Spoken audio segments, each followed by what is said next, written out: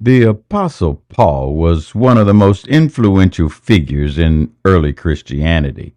He planted the church in the bustling city of Corinth during his second missionary journey.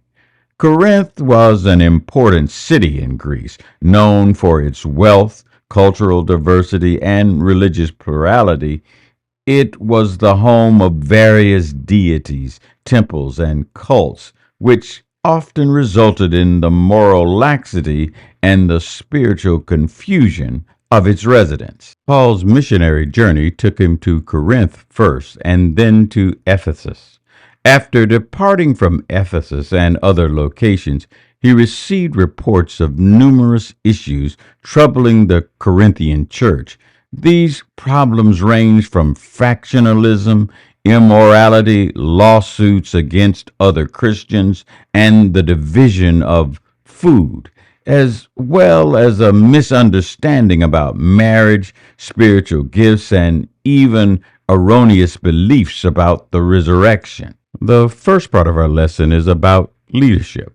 Sometimes we confuse leaders with bosses. Bosses give orders and expect them to be followed. Leaders inspire others to take action, to strive for excellence. They want us to reach our full potential. A servant leader or a steward creates an environment where followers can contribute and grow. They earn their authority rather than impose control on others. Paul advocates here for servant leadership among church leaders. He encourages them to view themselves as servants of Christ and stewards of God. Paul emphasizes that they must not seek their own glory or their own will, but remain faithful to their calling. He also cautions against forming factions or being judgmental, for God is the ultimate judge. Paul is warning Christians then and now that we should seek unity among the body of Christ, that we should seek to bring people in and be inclusive, that we shouldn't be so self righteous, so convinced that others are morally wrong, that we are unable to show God's grace, compassion, and love to all people. Next, Paul reminds the Corinthians of his teaching, which Timothy, his faithful co-worker and spiritual son, will reinforce.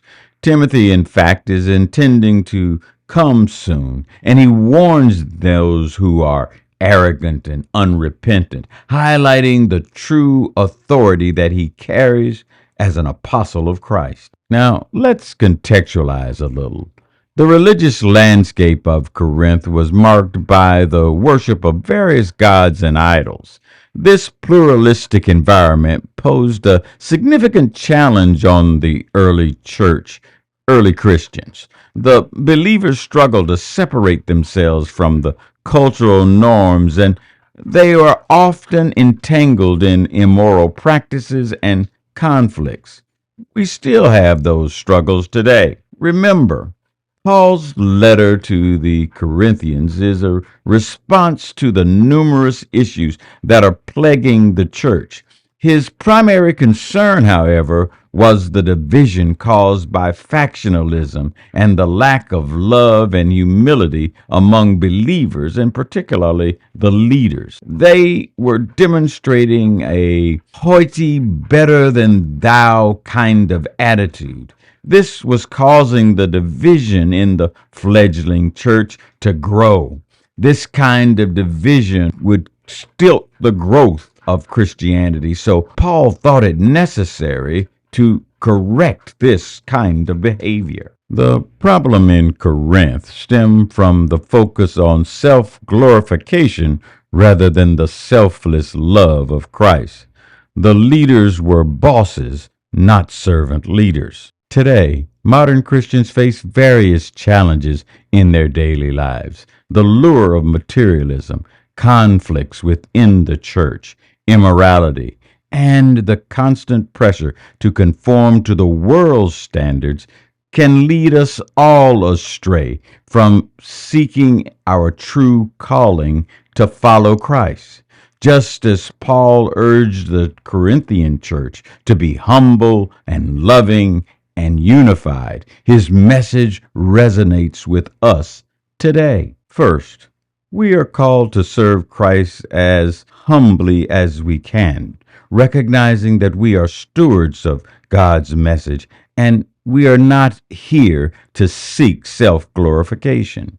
We must be servant leaders. Second, we must prioritize love for one another and strive for unity within our church, putting aside division and petty quarrels. We live in a pluralistic world. We all would say that freedom of religion is an important value. But that means we need to discern and stand firm in our faith, adhering to the teachings of Christ and his apostles. But Paul cautions against us being so rigid that we find wrong in anything that differs from our traditions, that we find wrong in superficial differences, that we are so judgmental that we are unable to demonstrate the love, compassion, and grace of God, that we will not reach out to those who still struggle on their faith journey. By adopting the virtues of humility, love, grace, compassion, and faithfulness, we can navigate the complexities of the world around us while remaining steadfast in our devotion to Christ. That's the lesson for this week. Have a great week. Bye.